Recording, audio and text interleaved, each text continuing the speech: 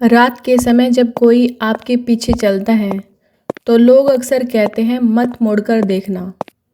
मैंने भी पहले इसे मजाक समझा था, पर जब मैंने मुड़कर देखा तब समझ आया हर वो चीज़ जो आपका पीछा करती है इंसान नहीं होती। मेरा नाम अर्जुन है। मैं एक साधारण ऑफिस कर्मचारी हूँ। मेरी ज़िंदगी बिल्कुल सामान्य थी। सुबह उठना, ऑफिस जाना, काम करना और फिर घर लौट आना। ना कोई रोमांस, ना कोई खास बात।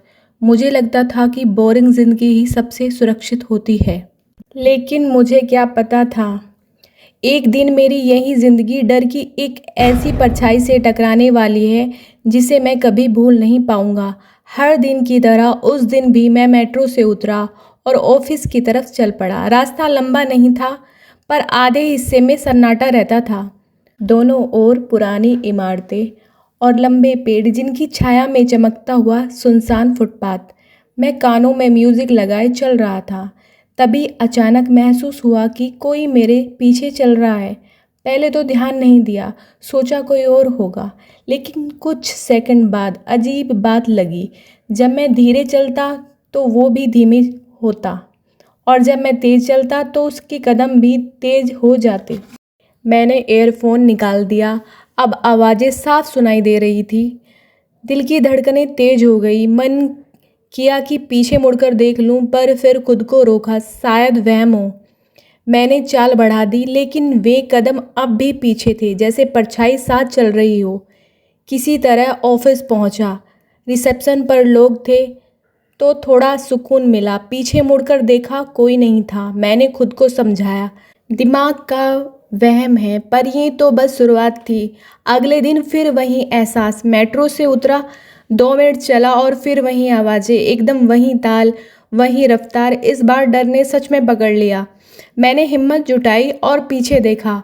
वही आदमी, काली हुड्डी, जींस, सिर झुका हुआ, हाथ जेब में, ऐसे खड़ा जैसे हवा में जड़ा हुआ हो। उसकी देह में जरा भी हरकत नहीं थी। कपड़े हल्की हवा में हिल रहे थे, पर वो खुद बिल्कुल स्थिर था। मैं बिना कुछ कहे आगे बढ़ गया। पूरा दिन दफ्तर में बेचैनी रही। हर कोना, हर शीशा, मुझे लग रहा था वो यहीं है, कहीं पास। शाम को जब घर लौटा, रास्ता थोड़ा भीड़ भाड़ वाला था तो चैन आया, पर फिर भी पीछे से वही आहट महसूस हुई। मैंने रास्ता बदला, तेज कदमों से चला, फिर मेट्रो ली। किसी तरह घर पहुंच गया। उस रात कुछ नहीं हुआ, पर मुझे यकीन था वो गया नहीं है, बस इंतजार कर रहा है। तीसरे दिन, उस दिन कुछ अजीब था। मौसम भारी था, हवा में नमी और सन्नाटा था। लेकिन इस बार रास्ता कुछ अलग महसूस हो रहा था, क्योंकि आज वो कदमों की आवाज़ नहीं आ रही थी। चलते हुए अपने कानों से ईयरफोन निकाले, थोड़ा रुका, पीछे झांका, कोई नहीं। उसने राहत की सांस ली। चलो, आज शायद वो नहीं आया। अच्छा है, उसने खुद से कहा। दिल थोड़ा हल्का हुआ। वो सामान्य चाल चलने लगा, पर रास्ता लंबा लग रहा था, जैसे सन्नाटे ने वक्त को खींच लिया हो। करीब 10-15 मिनट चलने के बाद सड़क के किनारों की झाड़ियों से एक अजीब सी आवाज़ आई, खच खच। वो रुका। पहले लगा शायद कोई जानवर होगा, पर आवाज़ इंसान जैसी थी, जैसे कोई किसी चीज़ को खींच रहा हो या नोच रहा हो। अर्जुन ने धीरे धीरे झाड़ियों में झांकना शुरू किया। टहनी हटी और जो देखा, उसके पैरों तले जमीन खिसक गई। वह आदमी, वही काली हुड्डी, उसके सामने जमीन पर एक व्यक्ति पड़ा था, और वो अपने दोनों हाथों से उसका चेहरा नोच रहा था। खाल छिल रही थी, जैसे किसी मांस की तलाश में हो। अर्जुन वहीं जम गया। सांसें रुक गई, दिल की धड़कन कानों से गूंज रही थी। तभी वो आदमी धीरे धीरे अपना सिर उठाता है और सीधा अर्जुन की तरफ देखता है। उन आंखों में कुछ नहीं था, ना सफेदी, ना पुतलियां, बस गहरा अंधेरा।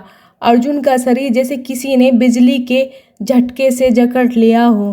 फिर अगले ही पल वो जितनी तेज दौड़ सकता था दौड़ पड़ा। पीछे से वही कदमों की आवाज़, इस बार पहले से कहीं ज़्यादा तेज, जैसे कोई चारों तरफ से घेर रहा हो। वो भागता रहा।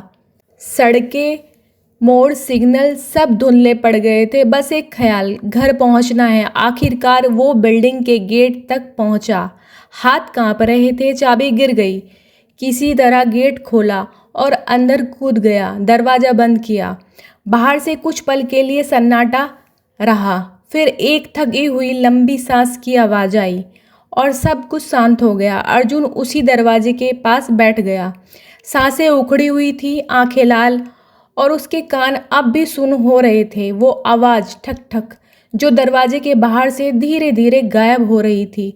अब वो जान चुका था जो उसके पीछे पड़ा था वो इंसान नहीं था।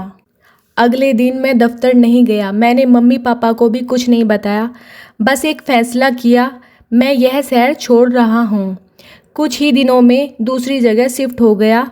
नया घर, नई जगह, और दफ्तर भी घर के बिल्कुल पास ले लिया। अब मैं रात में कभी बाहर नहीं निकलता। अगर बहुत ज़रूरी काम भी हो तो भी मैं सूरज ढलने से पहले ही घर पहुंच जाता हूं।